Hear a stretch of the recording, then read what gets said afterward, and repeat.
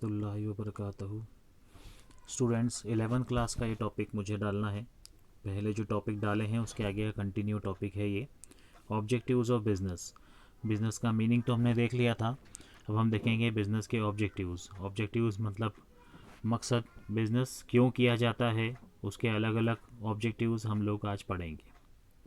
The objectives of business are broadly classified into 4 categories. Business के objectives mainly 4 categories में divided हैं।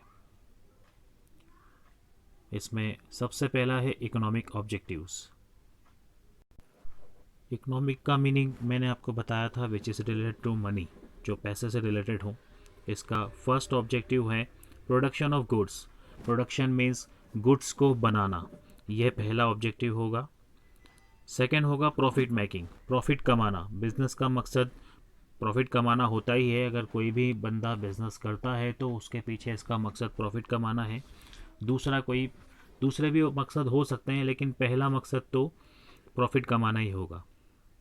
Next है creating markets, market बनाना। Market बनाने का मतलब ये नहीं कि बड़े बड़े बिल्डिंग्स बना देना, दुकानें बना देना। मार्केट बनाने का मतलब यहाँ पर होगा आपने जो भी प्रोडक्ट बनाया है उसके लिए कस्टमर की खोज करना, उसके बाद कस्टमर को इस चीज़ के लिए कन्विंस करना कि वो आपका प्रोडक्ट खरीदे, और उसके बाद जब वो खरीदता है तो उसके बाद और मल्टीपल सेलिंग हो।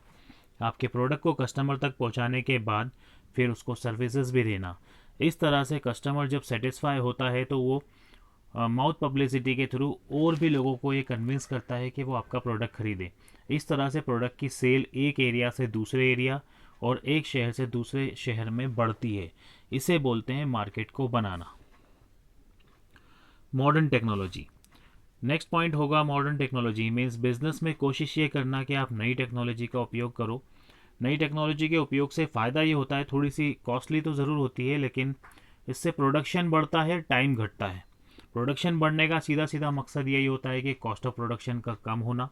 जब कॉस्ट ऑफ प्रोडक्शन कम होगी तो आप उसी प्राइस में जो पहले आप प्राइसेस सेट करते थे उसी प्राइसेस में ज़्यादा से ज़्यादा प्रॉफिट आप कमा सकते हो। इनोवेशन, बिजनेस में नयापन लेकर आना या खोजते रहना कि नई टेक्निक्स हम कैसे यूज़ करें, कि कौन सी नई टेक्निक्स या नई टेक्नोलॉजी का हम उपयोग करें बिजनेस में, जिससे हमारा प्रॉफिट और बढ़े और हमारे प्रोडक्ट की क्वालिटी भी और ज़्यादा इंक्रीज़ हो, इम्प्रूव हो।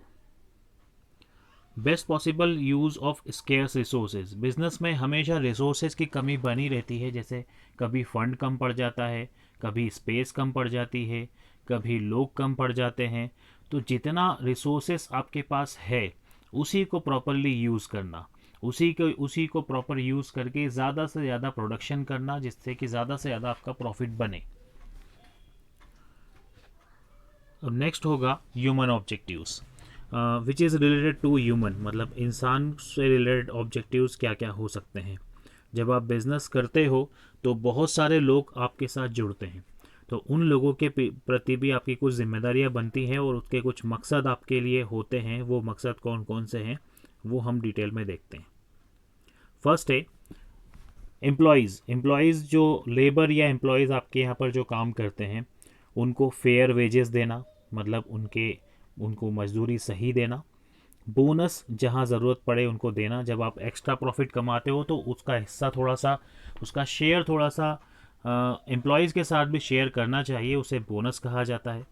डियरनेस अलाउंस, महंगाई भत्ता, ये नॉर्मली जो सरकारी ऑफिसर्स होते हैं उनके आपने डीए के नाम से सुना होगा, डियरनेस अलाउंस होता है ये महंगाई भत्ता। पुराने एम्प्लॉयज़ या रेप्यूटेड एम्प्लॉयज़ या जितने भी एक्सपीरियंस एम्प्लॉयज़ होते हैं उनको बेसिक सैलरी के अलावा भी ये चीज़ दी जाती है। प्रोविडेंट फंड, जिसे हम पीएफ कहते हैं, एम्प्लॉयज़ की सैलरी में से एक 10% का हिस्सा कट कर पीएफ अकाउंट में जमा होता है।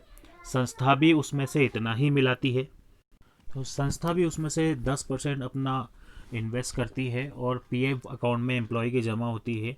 ये पूरा फंड जमा होने के बाद जब एम्प्लॉय रिटायर होता है तो उसको बाद में पेंशन के रूप में मिलता है।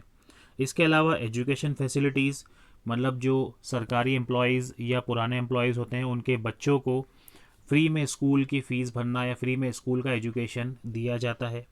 सभी जगह नहीं दिया जाता, किसी किसी जगह पर।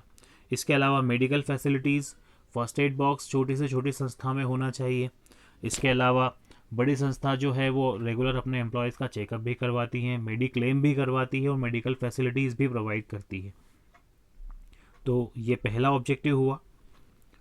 नेक्स्ट है to provide security of job to labour. अपने लेबर को जॉब सिक्योरिटी देना। जॉब सिक्योरिटी का मतलब ये है कि उसको इस चीज़ पे संतुष्ट रखना कि आपसे छोटी मोटी अगर गलती हो जाती है तो हम आपको समझाएंगे, सिखाएंगे, आपको बार बार जॉब से नहीं निकालेंगे या जॉब से निकालने की धमकी नहीं देंगे। तो इससे क्या होता है, लेबर को थोड़ा सा सेटिस्फेक्शन होता है, उसको सेफ लगता है कि चलो थोड़ी बहुत मुझसे गलती हो भी गई तो मेरा जो सीनियर है या मेरा बॉस जो है मुझे कोऑपरेट करता है, मुझे निकालेगा नहीं। उसको अगर निकाले जाने का डर नहीं होगा तो थोड़ा कॉन्फिडेंस से काम करेगा वो। इसे कहते हैं जॉब सिक्योरिटी। नेक्स्ट है to improve working conditions and work environment. जिस एरिया में, जिस माहौल में जो काम कर रहे हैं आपके एम्प्लॉयज़, उनको माहौल अच्छा देना। माहौल अच्छा देने का मतलब ये, जैसे एक एग्जांपल लेता हूँ मैं, फ़ीमेल एम्प्लॉयज़। फ़ीमेल एम्प्लॉयज़ आपके यहाँ तभी काम करेगी जब उनको कंफर्टेबल लगेगा। अगर उनको सेफ़ फील नहीं होगा, थोड़ा सा प्रेशराइज अगर होकर वो काम करेंगी तो वर्क इन्वायरमेंट में सेटिस्फाई वो नहीं हो पाएगी, फिर वो काम नहीं करेगी, आपके पास छोड़कर चली जाएगी। तो ऐसे बहुत सारे एम्प्लॉयज़ होते हैं, सिर्फ फीमेल के साथ नहीं, मेल के साथ भी 10 तरह की प्रॉब्लम्स आती है। तो उनको ऐसा माहौल देना जिसमें उनको कंफर्टेबल फील हो, थोड़ा आज़ादी से रिलीफ होकर वो काम कर सके। हमने कई बार ये मेल्स के साथ भी देखा है, लड़के जो काम करते हैं होटलों में या किसी छोटी जगहों पे, तो उनसे उनके बॉसेस जो है वो गालियों से या फिर बदतमीज़ी से बात करते हैं। तो इससे उनको भी थोड़ा सा फील होता है कि मैं कैसी जगह पर हूँ। तो ऐसा होना चाहिए कि जो भी वर्कर्स आपके यहाँ पर काम करें, उनको माहौल अच्छा दिया जाना चाहिए। To provide proper safety measures to workers against accident, dangerous operations and hazardous work. यदि आप अपने एम्प्लॉय से कोई ख़तरनाक काम करवा रहे हो जिससे हादसा हो सकता है, या कोई केमिकल इंडस्ट्री जैसी होती है उनको वहाँ पर ख़तरा होता है, तो प्रॉपर सेफ्टी मेजर्स उनके लिए होना चाहिए। जैसे आपने देखा होगा, जो लोग माइंस में काम करते हैं उनके लिए हेलमेट या फिर ऐसी कुछ ड्रेसेस होती हैं जिनसे वो सेफ़ रहें, या एक्सीडेंट अगर बाय चांस हो भी जाए तो वो उनको ज़्यादा चोट ना लगे। मिलिट्री में हमने देखा है कि सियाचिन में जो हमारे जवान वहाँ पर तैनात होते हैं, वहाँ पर उनको एक जो ड्रेस दिए जाते हैं, काफ़ी कॉस्टली, लाखों में ड्रेसेस आता है वो, ताकि वो सेफ़ रहे, क्योंकि वहाँ पर माइनस टेम्परेचर होता है। तो ये इसका एग्जांपल हुआ। नेक्स्ट पॉइंट है to provide proper education and training facilities to workers. अपने वर्कर्स को सिखाते रहना, बार बार उनको ट्रेन करते रहना।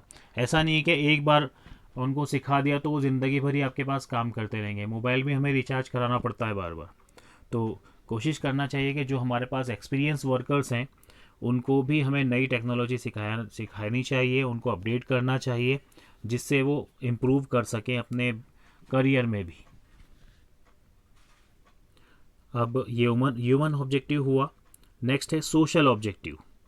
सोशल ऑब्जेक्टिव में फर्स्ट है सोसाइटी से रिलेटेड है, समाज के प्रति आपकी कुछ जिम्मेदारियां, कुछ ऑब्जेक्टिव्स होते हैं। पहला है timely availability of goods in desired quantity. सही वक्त पर गुड्स को अवेलेबल करवाना जहां पर उसकी ज़रूरत हो। जिस लोकेलिटी में आप बिज़नेस कर रहे हो वहां पर शॉर्टेज नहीं होने देना गुड्स की। सप्लाई ऑफ क्वालिटी गुड्स, जो भी गुड्स आप सप्लाई कर रहे हो वो अच्छी क्वालिटी के होना चाहिए।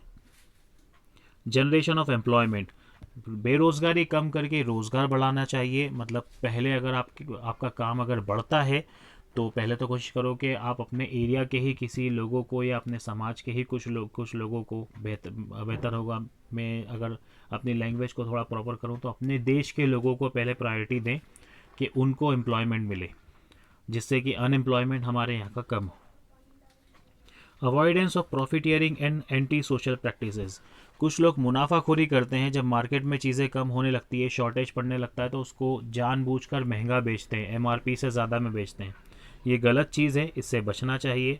और इसके अलावा भी कुछ चीटिंग, कम नाप तोल के देना, बहुत सारी चीटिंग्स होती हैं जो सेलर करते आए हैं कई सारे। कुछ सेलर तो ईमानदारी से भी काम करते हैं, कुछ बेईमानी करते हैं, वो इनको नहीं करनी चाहिए।